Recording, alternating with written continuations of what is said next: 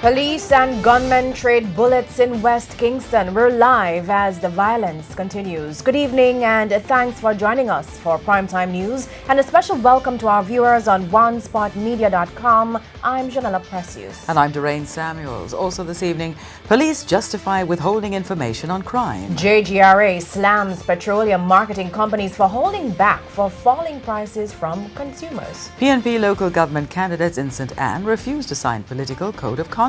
Why one rural community says it welcomes the controversial $600 million debushing program. In the business news, JN says it will still focus on mortgages when it becomes a bank. There's also sports commentary, E-Prime and weather in this newscast. But before the break, the feedback question.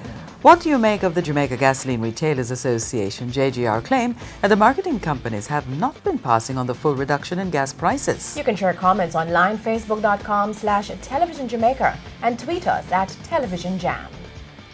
Please stay with us. Primetime News returns after this break.